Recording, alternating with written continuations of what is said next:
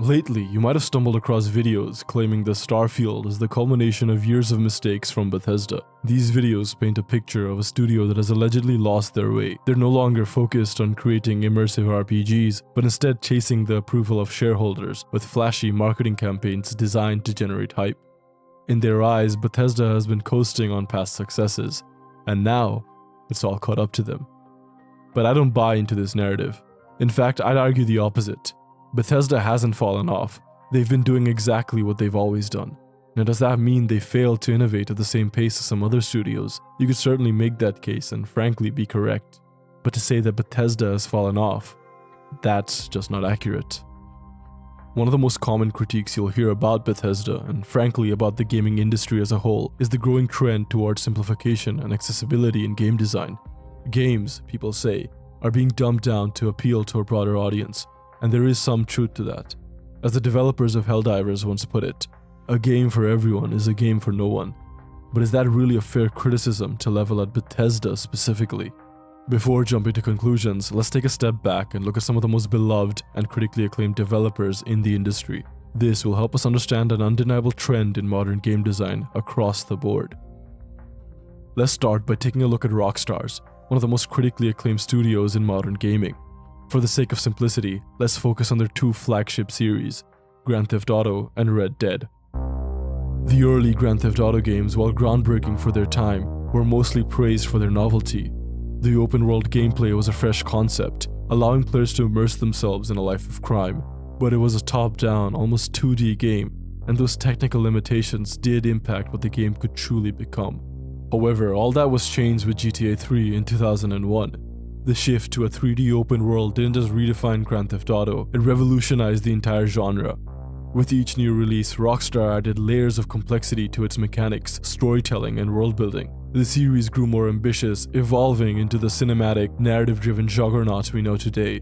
But here's where things get interesting. Even as Rockstar was raising the bar in terms of technical complexity, they were also simplifying certain gameplay mechanics. Take mission structure, for example. In earlier GTA titles like GTA 3 or San Andreas, missions gave players room to experiment and approach objectives creatively. In contrast, modern GTA games like GTA 5 guide players through linear cinematic set pieces. The outcome is still thrilling, but there's less room for improvisation. And honestly, I'm not criticizing this approach. I love heavily cinematic games. In fact, I find them far more engaging and a welcome change of pace from most modern games that assume that freedom is all that players want. Another point of simplification is the driving mechanics. Driving in GTA never got more realistic. Instead, it got more forgiving. In earlier GTA games, flipping your car basically meant you needed to find a new one. In GTA 5, you can simply flip the car back over and keep going. This is a conscious design choice there to reduce player frustration. And in general, the driving mechanics as a whole made the game far more accessible to a wider audience for those players who want to just enjoy the story rather than enjoy a realistic driving simulation game. However, the biggest casualty in GTA's quest into becoming more accessible was the RPG elements found in GTA San Andreas. San Andreas featured complex stat management and role-playing systems that went far beyond what we see today. For example, you could actually change your body type through weightlifting and overeating. Furthermore, the game even had a detailed gang system where you could recruit members, initiate gang wars, tag enemy territory, and defend your own. It was an immersive experience that rewarded investment. Fast forward to GTA 5 and those immersive systems are long gone. That being said, GTA 5 is still an incredible game. There's a reason why a decade later, millions of players remain invested, and its sequels is one of the most anticipated game releases of all time. But the shift towards simplification and accessibility is undeniable, driven by the need to appeal to a broader audience. Far larger fan base, and its online component remains a cash cow for Rockstars, while Red Dead Online is practically dead in 2024. So what's the takeaway here? Even Rockstar, a studio known for its mastery in creating rich, detailed worlds, has followed the trend towards simplification, at least when it comes to their most commercially successful titles. The industry has shifted towards accessibility and broader appeal, and it's not necessarily a bad thing. It's simply the reality of modern game design. Similarly, we can take a look at CD Projekt Red's Witcher series, which honestly had a rough start. The original Witcher game, while ambitious, suffered from overly complex and frankly poorly designed combat, as well as abrupt difficulty spikes. But despite all its flaws, it did something remarkable. It built a beautiful world and, in my opinion, told the best story of the series. The choice and consequence mechanics were excellent, capturing the essence of what makes Geralt's journey compelling. However, that same dedication to staying true to the source material, particularly in combat which required heavy preparation with potions and oils, was a double-edged sword. While some found it immersive, many others, myself included, found the combat and random difficulty spikes overly punishing, especially when you hadn't meticulously prepared the right potions. And no, it's not a skill issue. The problem lies in the alchemy system itself. It was an overly complex micromanaging nightmare that often felt more tedious than fun. This tendency towards unnecessary complexity was the game's Achilles heel. Sure, it offered deep, complex narrative choices, but many of its mechanics felt complex for the sake of complexity, creating an experience that was more exhausting than immersive. It's a stark contrast to something like Red Dead Redemption 2, where complexity serves immersion rather than burdening the player. These early design choices, while laying the groundwork down for the rest of the series, limited its appeal beyond the most dedicated RPG fans. But then came Witcher 2, and CD Projekt Red really took strides here to refine their gameplay systems. For example, the combat became far more dynamic, and elements like alchemy were far more streamlined. The game struck a balance between depth and accessibility. The narrative complexity was still there, with branching choices that dramatically impacted the story, which was made far more engaging because you weren't bogged down by convoluted systems. By the time we reached The Witcher 3, the developers had found the perfect balance. They simplified mechanics even further by automating potion replenishment and smoothing out the combat system. This shift allowed players to focus more on what mattered: exploration, storytelling, and the character developments. Gone were the days of constant micromanaging. Instead, players were immersed in a world that felt alive. The progression and crafting systems, as well as the dynamic world, still provided plenty of depth, but now the experience was far more intuitive and approachable. The Witcher 3's success shows us something critical. Reducing unnecessary complexity can actually elevate the player's enjoyment. The game's simplicity didn't dilute its RPG elements. Instead, it made them more accessible. And that's why The Witcher 3 became one of the most decorated games of all time, despite having shed some of the more complex mechanics of its predecessors. And the same story holds true for Cyberpunk 2077. Despite a shaky launch, Cyberpunk is now regarded as a modern-day classic, and like The Witcher 3, it strikes a balance between depth and accessibility. The game simplifies mechanics without sacrificing immersion or player agency. Its skill tree allows for diverse customization, but it's easy and intuitive to experiment with, unlike the more rigid systems of older RPGs. The hacking and cyberware systems offer strategic depth, but they avoid overwhelming the player. Combat is also more fluid than ever before, blending fast-paced gunplay with tactical abilities, and importantly, it doesn't require deep micromanagement. Now, I could go through the same process for From Software and the Soulsborne games, but for the sake of time, I'll make the point simple. Ask any die-hard fan of the series, they'll tell you the older Souls games were far more unforgiving than Elden Ring. Despite this, many argue that Elden Ring and its far more accessible, streamlined mechanics is the best game in the series, and possibly even the best game ever made, and its critical reception seems to agree with these claims. Sometimes, less really is more. Now that we've explored how other developers have evolved their games, let's get back to Bethesda, starting with The Elder Scrolls. This series offers a perfect example of how simplifying mechanics can really enhance both accessibility and enjoyment, without sacrificing the depth that defines an RPG.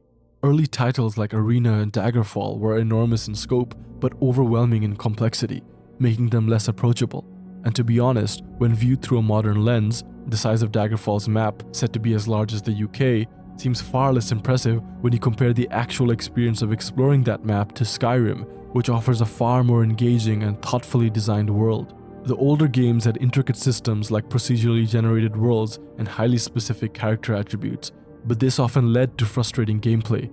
Take Daggerfall for instance. Random hit chances and detailed character attributes made combat unpredictable, while navigating the massive procedurally generated world was more daunting than enjoyable. With Morrowind, Bethesda began refining these mechanics. The game retained much of the depth of its predecessors, but it simplified the combat and exploration, making the experience far more accessible. This allowed players to engage more easily with the game's rich world without getting bogged down by unnecessarily complex mechanics.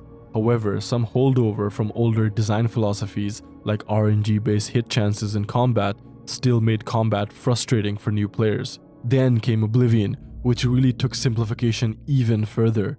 Bethesda introduced fast travel, quest markers, and fully real-time combat, eliminating dice rolls and making gameplay far more fluid and responsive. While some criticized the game's level scaling system, which adjusted enemy difficulty to match the player's level and undermined the feeling of progression, it struck a balance between accessibility and depth.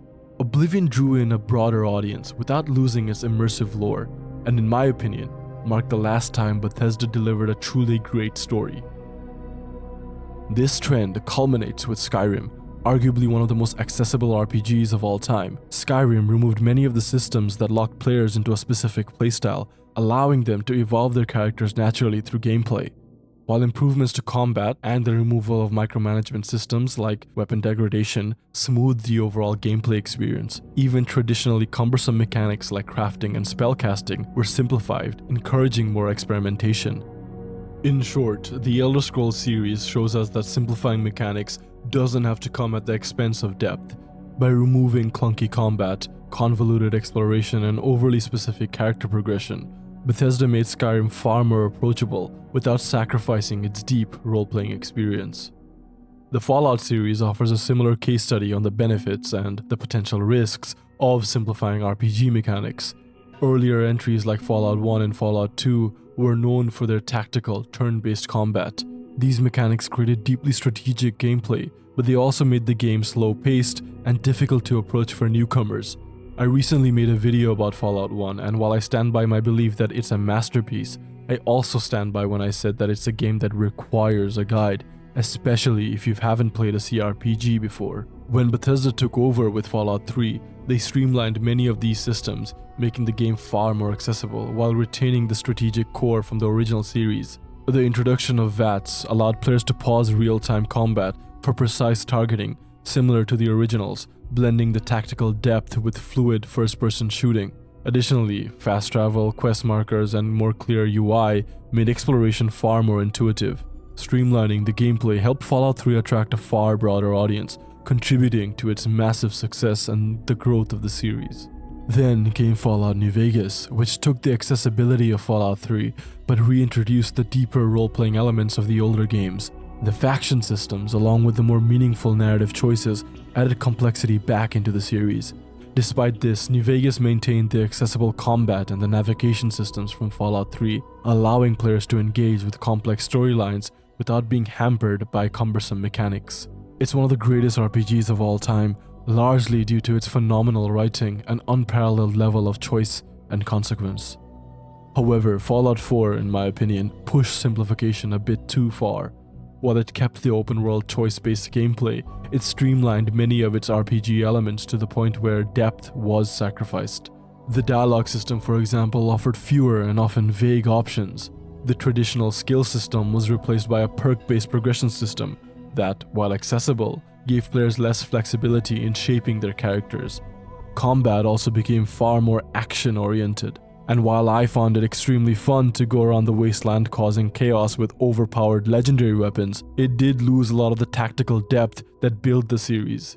Despite these shortcomings, Fallout 4 remains incredibly popular, largely because of its accessibility and the freedom it offers in exploring its vast world. Its streamlined mechanics and action-oriented gameplay resonated with a far broader audience, even though that came at the cost of some of the RPG depth that defined the earlier entries. In spite of all this, Fallout 4 is a game I truly love. A lot of it is nostalgia for when I was in middle school, but the biggest reason is because of what you could do when you modded the game, something we will talk about in much greater depth later in the video.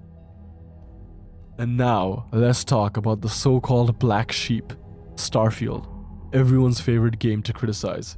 Now, I've defended Starfield in the past, but that doesn't mean I'm oblivious to its shortcomings. When we compare Starfield to relatively modern Bethesda titles like Fallout 4 and Skyrim, we can see both continuity in Bethesda's design philosophy and a few key differences. Take Skyrim as the benchmark, Bethesda's most famous and widely successful work. While Skyrim struck a perfect balance between streamlined systems and immersive role-playing, Starfield presents a more mixed result. One of the most obvious differences is the handling of the main story. Skyrim's central narrative, while not the most complex, still gave players significant freedom to shape their journey as the Dragonborn. You had moral choices, faction conflicts, and plenty of opportunities to carve out your own path. Starfield's main narrative, on the other hand, feels more linear and frankly repetitive, and the player's journey is not directly reflected in the main story. While the story takes place on an epic journey through space, it lacks the branching choices or morally ambiguous decisions that gives players a sense of true agency. Even Fallout 4, which in my opinion had an extremely forgettable and overall poor quality main story, gave you more choices in how you want to shape the wasteland. However, where Starfield shines is in its side stories and faction quests. Just as Skyrim offered depth in moral complexity in its side quests, Starfield presents branching narratives that allow players to explore different paths and outcomes. It's in these side stories that Starfield captures the role-playing depth that's lacking in the main storyline, offering meaningful choices and moral dilemmas that give players agency. Where Starfield differs from Skyrim most significantly is in its narrative structure. Skyrim offered a handcrafted world with a strong focus on exploration and discovery. You could stumble upon quests organically, finding rich stories hidden in unexpected places. Starfield, on the other hand, while offering the same sets of discovery, feels more directed. Planet exploration, while vast, lacks the intimacy of Skyrim's world design, and quests aren't found by exploring vast wildernesses, but instead the few pockets of civilization throughout the galaxy. While contextually that makes sense, it does sort of discourage exploration, and you're better off staying on the beaten path. In the end, Starfield may not hit the same narrative highs as Skyrim or Fallout New Vegas, or match the popularity of Fallout 4. And yes, it is true, it doesn't offer the same handcrafted feel that some of Bethesda's earlier titles had. Also, its main story feels a lot more linear, and the universe can feel a bit more directed than the open-ended exploration that we've seen in the past. But where Starfield shines is in the areas that often get overlooked by its critics. The depth in side quests, the rich faction-based narratives, and the freedom in character progression give players plenty of opportunities to lose hours questing across the galaxy, if they're willing to dig deeper. That is what Bethesda have been doing for decades now, and it's not missing like a lot of people have claimed. The game's systems offer a lot more flexibility and choice than it might seem at first glance, and for many, that's where Starfield truly comes alive. Now, I know there are a lot of people who passionately disagree with that statement. Many feel that Starfield doesn't offer the same immersive experience that they were hoping for, and some even believe that it's an outright bad game, and that's okay. Those opinions are valid and come from a real place of disappointment. But before writing Starfield off completely, I'd encourage you to look beyond the negative headlines. These reactionary YouTube videos are misleading you. If you look at any in-depth review of Starfield, the sentiment is far different. Sometimes the depth of a game like this isn't immediately apparent. It's not just about the first impressions, it's about what you find when you go deeper into the experience. I have always maintained that Starfield is one of those games that's a slow burn. So whether you're a longtime Bethesda fan or someone who's skeptical after hearing all the noise, I urge you to try it for yourself, or dive into perspectives from people who've spent time with the game. If you want to learn more about my thoughts about Starfield, make sure to check out my previous video where I go far more in depth than I do here. And now let's talk about one of the most important yet often overlooked aspects about Bethesda's games, their ability to evolve through modding. Starfield is already starting to transform, highlighting one of Bethesda's greatest strengths, creating vast, flexible sandboxes that the community can shape and customize. Critics might argue that this reliance on mods shows a lack of innovation or even laziness, and there is some truth to that.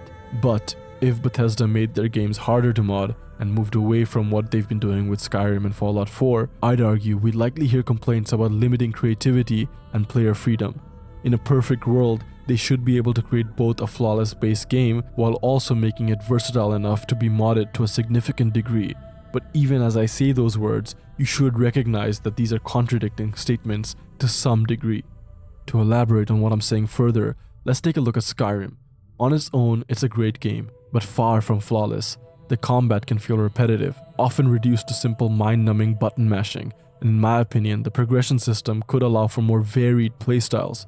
Personally, I address this immediately by using mods that overhaul the system, adding strategy and challenge through mechanics like stamina management, better timing, more perks, and by consequence more playstyles, and just more in general. Furthermore, the base game's dungeon design can also grow monotonous, but mods introduce fresh layouts, enemy types, and dynamic environments, making each dungeon crawl more exciting. This speaks to Bethesda's core philosophy. Skyrim is a robust framework, but mods bring it to life, letting players tailor the experience. Whether you want a hardcore survival adventure or a laid-back exploration game to experience the rich lore, mods allow you to shape the game to your personal preferences. And this isn't unique to Skyrim. Fallout has also thrived due to its modding community. Take for example Fallout 4. Modders quickly reintroduced the traditional RPG mechanics that were sorely missing from the base game, like skill checks and intricate character building systems, restoring layers of complexity many felt were missing, including myself. Modders also transformed Fallout 4's world, adding new locations, quests, and mechanics, enriching the Commonwealth far beyond its initial state.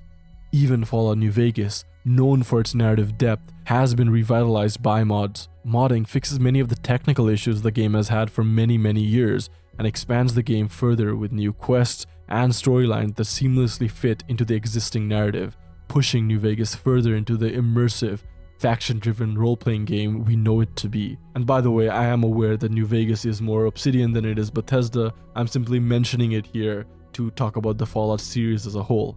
Anyways, my point is, this is what gives Bethesda games their incredible longevity. They evolve. Skyrim became legendary not just for its launch content, but because the community embraced modding to improve and expand upon it.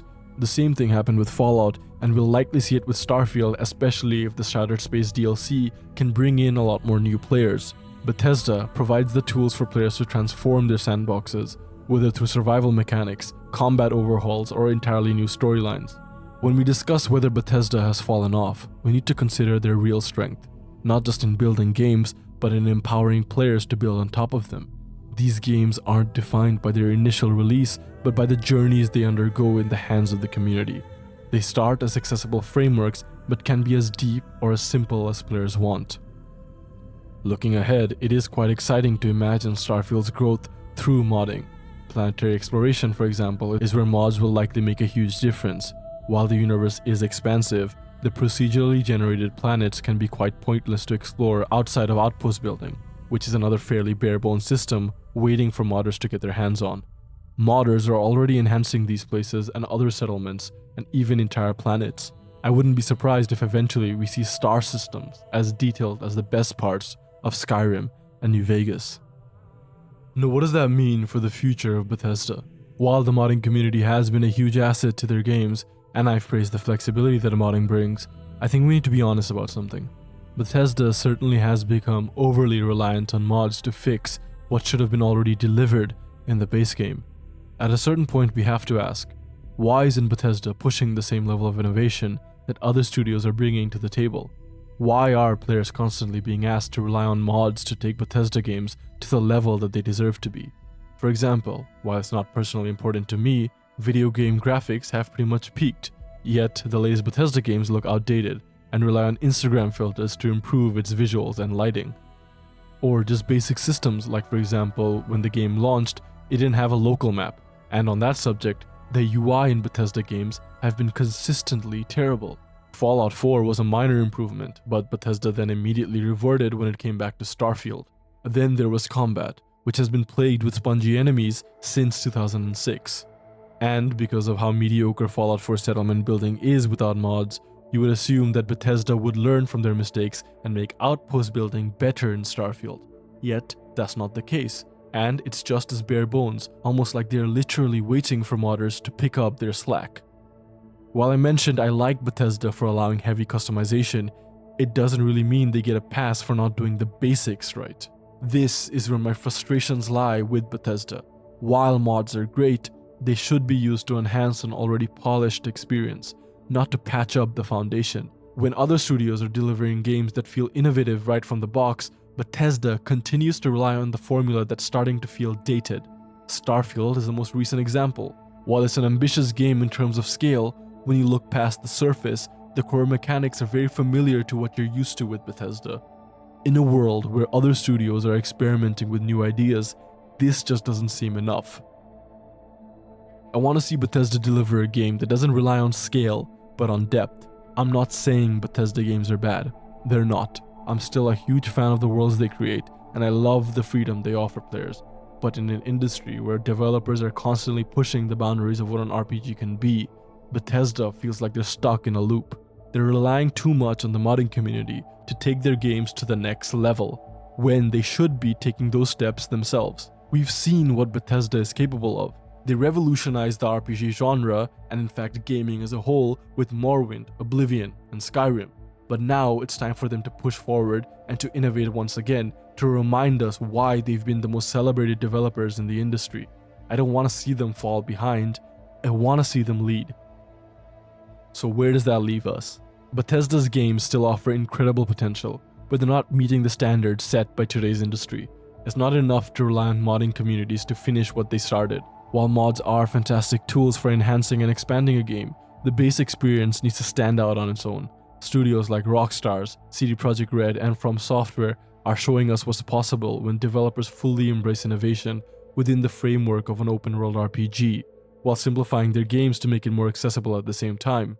Bethesda can absolutely do the same thing, but they need to stop leaning on the same formula and deliver something truly revolutionary, like they have in the past. Thank you so much for watching, and if you enjoyed this video, please subscribe.